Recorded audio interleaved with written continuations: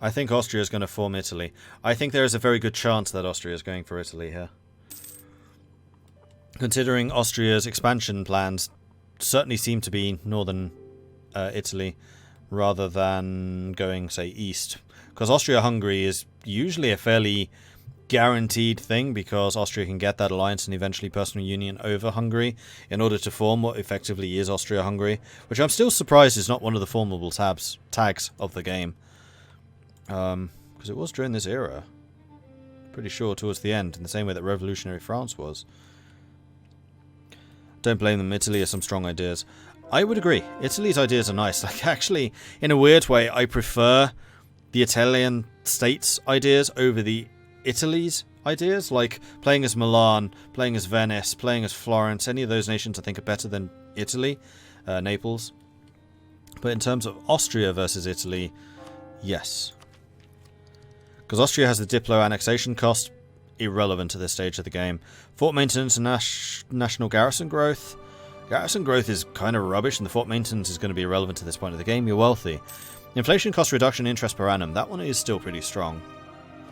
Diplomatic reputation, irrelevant. There's no AIs. Missionary strength +2. He's going to want to keep that one around until he at least gets Rome converted.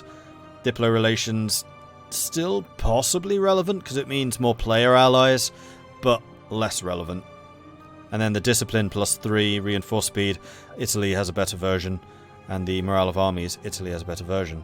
So yes, I would say for a multiplayer game, Italy has stronger ideas than Austria. Pretty sure Helson might like the Pope for himself. I mean, that could certainly happen.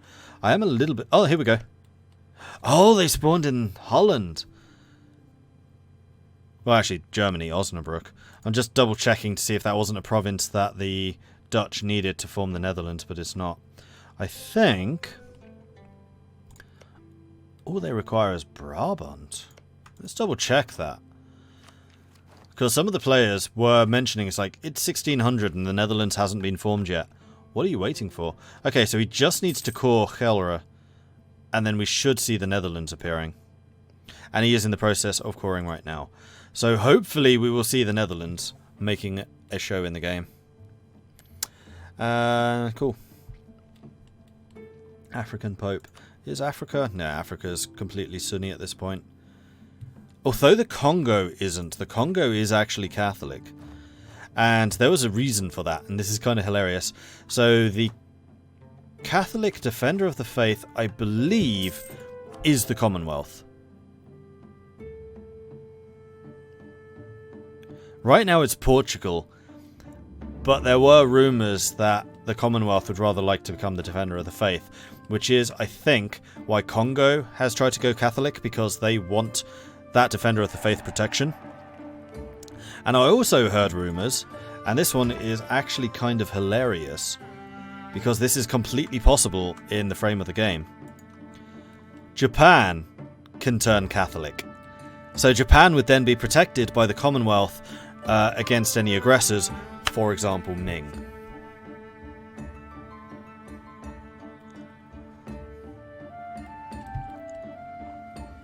I do find it's interesting that we have the Pope over here. It's like the one little stronghold of Catholicism outside of Iberia and the Commonwealth and Ireland, I guess. Actually, Ireland is still Catholic. And I know that Portugal wants to remain Catholic, but they are being attacked pretty hard by local centres of trade. Centres of Reformation. Speaking of Japan, wasn't I going to have a look at them twice now? I mean, we've kind of had a look, but yes, we were going to have a proper look. Seeing as I've got interrupted, so just checking my commentary box. Nobody else popping in. Okay, let's talk Japan. So Japan have gone for administrative and offensive ideas. They have not done any of the expansion stuff. So the territories that they've got up here in Siberia / Vladivostok / Eastern Russia / Manchuria, I think has been entirely done by conquest. I don't know if that was against Korea. Korea themselves having been cut in half by Ming, so Korea's not exactly that strong. Even though they were fairly large, they are not very strong. Japan, did you keep your Japanese ideas, or did you switch, or did you keep your minions ones? Stability cost, discipline, infantry combat ability, national unrest, national manpower. Whoa, plus 20%, that's pretty good. Tech cost, institution spread. No, these are Japanese ideas. Durability, prestige, global settler increase. I did not realize Japan got that. And then aggressive impact. AE impact. Interesting. So I think it would be in Japan's interest, probably next, to take a diplomatic idea, and I would strongly urge them to take exploration and see if we can get some Japanese colonies forming up over here in America, or to start taking over Siberia. Because we have no Russia, there is going to be no natural spread over Siberia, so this land is free. And it would be kind of interesting if that became Japanese. It would be like Hearts of Iron all over again. Korea having a troubled time, historically accurate. Yeah, I mean, there are still several of the smaller states around. Baratia being an oligarchy. I'm just double checking because I think Baratia starts out as a steppe horde. None of these are steppe hordes. Yeren isn't. Yeah. So everyone around here has embraced feudalism. So has Yarkand, which is looking very steppe horde-y in size, but they are not. And the Timurids are also an empire.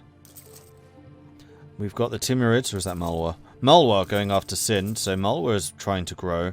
Vijay is gobbling up Orissa. Vijay is here at the moment, so that is a player war going on. Or a player declared war, it's not a player versus player war. Is Siberia worth the opportunity cost? Gold, you say? We can actually take a look. So if we go to the trade node, or trade goods tab, and then hover over the question marks, it will tell you the percentage chance of the different goods in every province. So here in Jugjur, there's a 52% chance of furs, 15% chance of copper, 13 of fish, 6 of iron, 4 of gems, and 3 of gold. Furs 61, furs 57, furs 57. There are a lot of furs over here, 73, 64. So yes, I would say trade good wise, Siberia is worth it. Though of course you will be struggling against the Arctic penalty to global settler increase. And then also the plus 50% dev cost.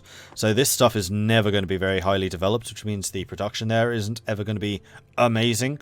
But with all the modifiers that furs get in terms of value, probably still worth doing. Because it would be just like in America. Like America never gets hugely well developed just because it's too big and is usually done by colonial nations who just don't tend to develop very much. And it starts low. It starts at a low development. So it'd be kind of similar to that.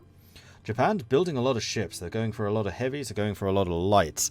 Heavy ships, to me, would suggest that they're thinking about further expansion outside of Japan. Because one thing to note is a lot of the seas around China and Japan are actually inland seas, which means that galleys rule supreme. It's basically one of two areas in the world, the other being the Mediterranean, where it's really a good idea to build a lot of galleys. So if we take a quick look at their current force composition, they've gone well over their, well, a little bit over their force limit. They're actually just starting to go over. They've got 9 heavies, 2 more in production, 40 lights. So they're planning to do a lot of trade work here, or maybe blockading, because lights are good for blockading. I wonder if he's building heavy ships to counter a Chinese fleet. Let's take a look at that. That's quality. So Japan have the 5th largest fleet in the world. Not too shabby. And what about Ming? Ming have 4th. Ming have 8 heavies. Japan are building 9. So I do think that Japan is angling for a maritime war against Ming. That's what I'm guessing. Especially if Japan can call in some of Ming's other close player rivals. So Ava, Dai Viet, Brunei, possibly even Vijayanagar could all be called in against Ming themselves. So I do wonder if this is a coalition forming against them to shatter the local hegemon and basically blow open the political landscape of this area. Possibly some of the Europeans would be interested. I'm sure that Portugal would like to get access to Chinaware.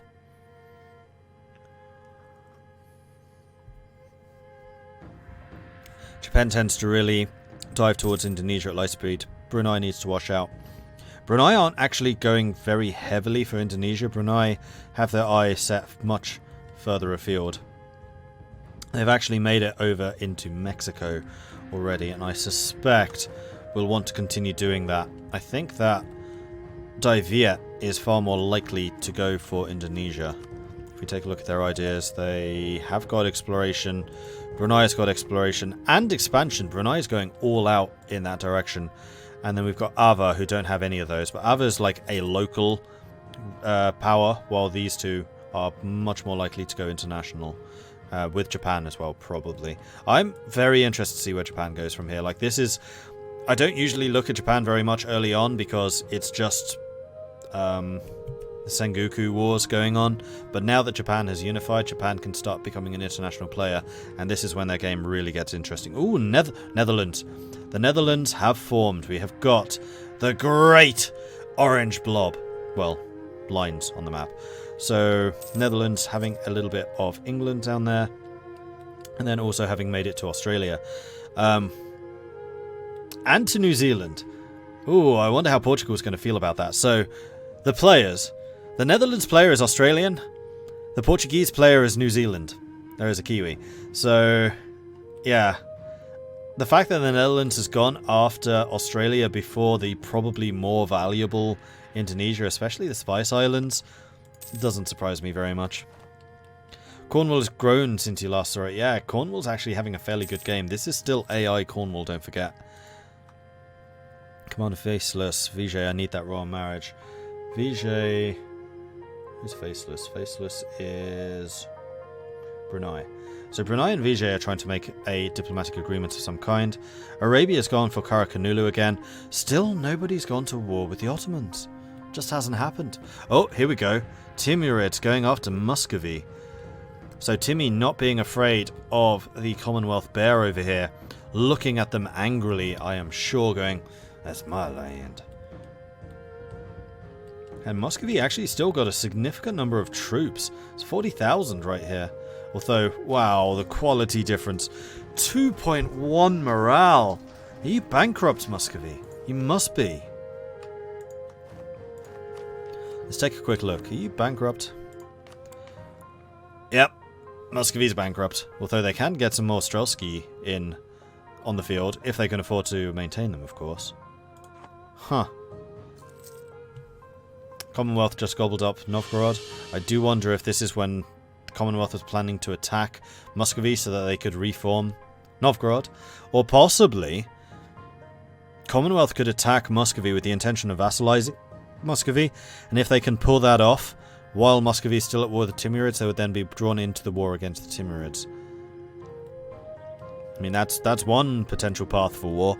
Not that I think they're particularly looking for CBs against each other, though there is definitely no love lost between these two. They are not friendly. I think Commonwealth has made their bed with Prussia and Austria and are kind of stuck by them. So are we going to see this eastern, or this central worldish power growing up against the Commonwealth? I mean, they have physically blocked the Commonwealth from going any further into Russia. And I do wonder how the Commonwealth feels about that. I really do wonder. Austria's at war again. Austria going after Urbino. Yeah, it looks that way. Urbino, Burgundy, and Aragon. Ooh.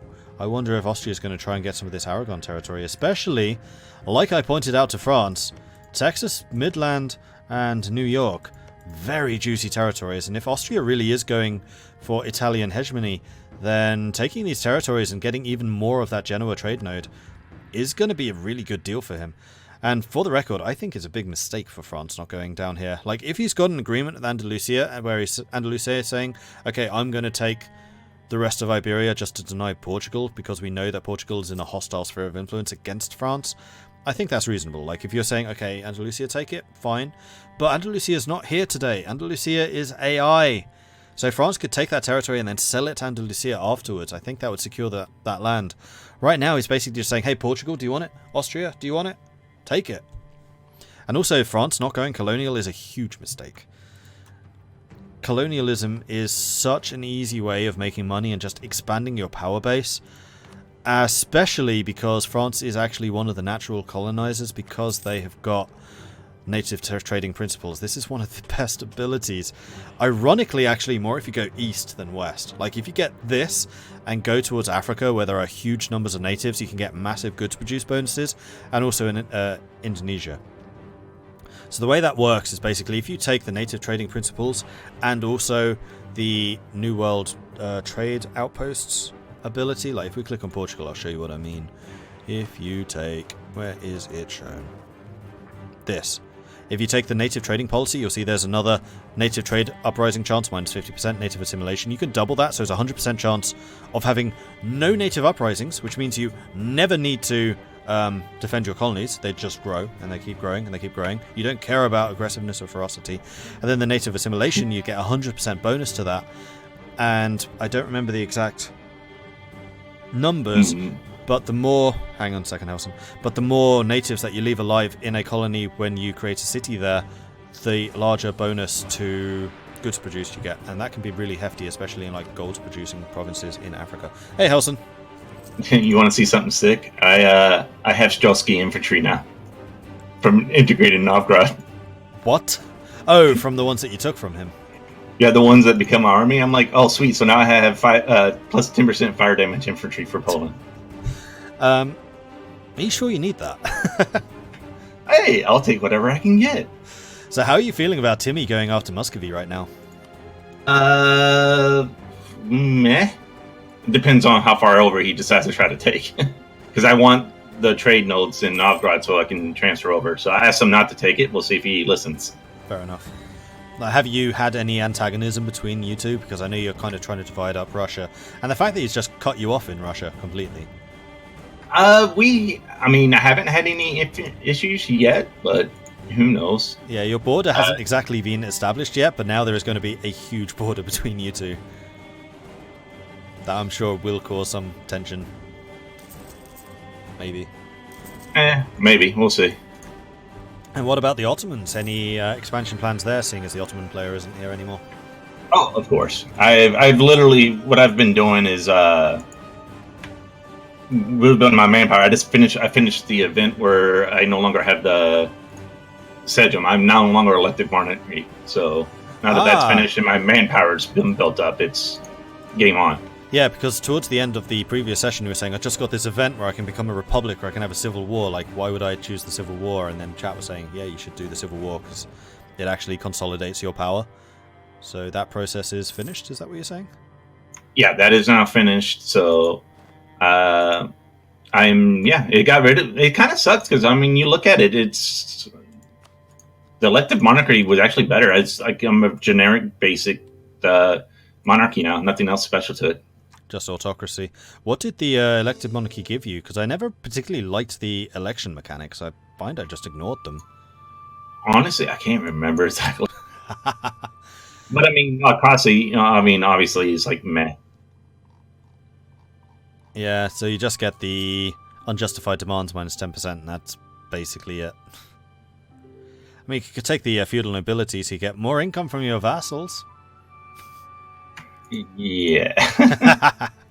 What vassals? They no longer exist. Do PUs not count as vassals for that type of bonus? Nope.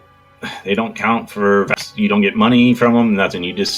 They're actually worse when it comes to stuff like that. They just, obviously they're staying as their own country, I guess. Yeah, sure. I guess that makes sense. So your only vassal would be Albania, or is that a PU as well? No, that's PU as well. Crikey. Remind me to never let you play as Austria. I think that would be ridiculously dangerous. Which was funny. Before Cold Rage decided to play Austria, I was going to do that. Hence, you've gone for the dynastic expansion route with the Commonwealth too. And there's my response to him trying to eat Muscovy.